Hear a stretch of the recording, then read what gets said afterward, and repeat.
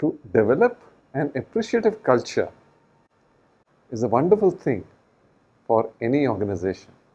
But how is this to be done? The critical input and variable that goes into development of an appreciative culture is the appreciative capacity of the individuals that make up the human system.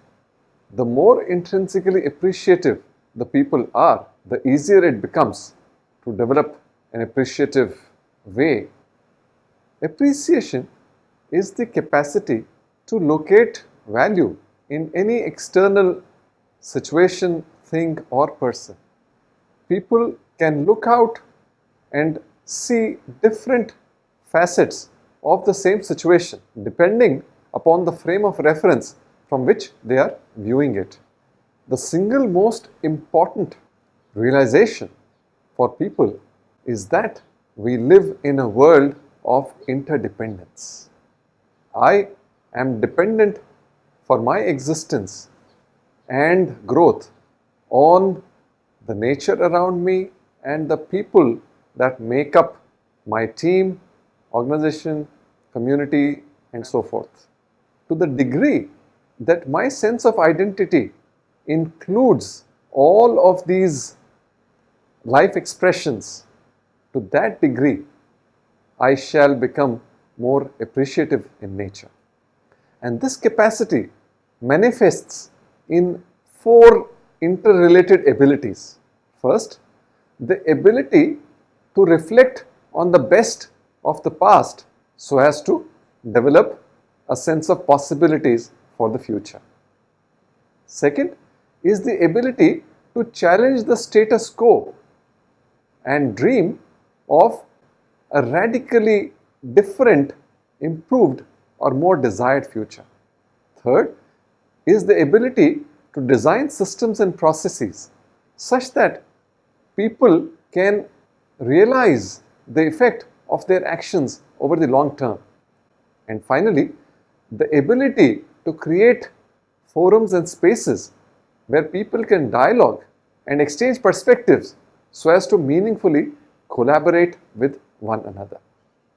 An interesting instance of how this began to happen at one of the Indian conglomerates after an appreciative culture building initiative was this anecdote from their legal and secretarial services department.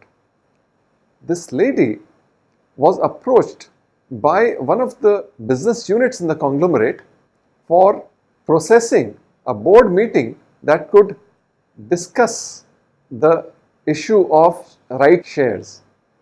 The business needed funds and the requirement was urgent. But the season was summer and the directors of the company were mostly traveling to distant lands. In ordinary circumstances, prior to attending this particular initiative, the lady would have said that these are the requirements for holding a board meeting. Please fulfill these and I will take the process further. But instead, she asked herself, well, how can we do things differently?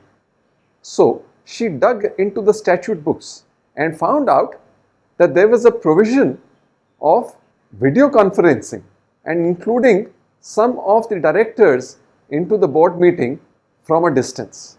One thing led to another, and rather quickly the board meeting could be held in this fashion. The relevant resolution was passed and the business managed to secure the funds.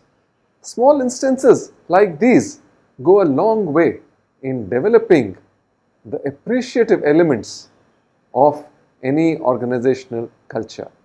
Please examine as to what degree are your colleagues and your own self indeed approach issues in an appreciative way. That will tell you exactly where to start in this long journey of developing an appreciative organizational culture. Thank you.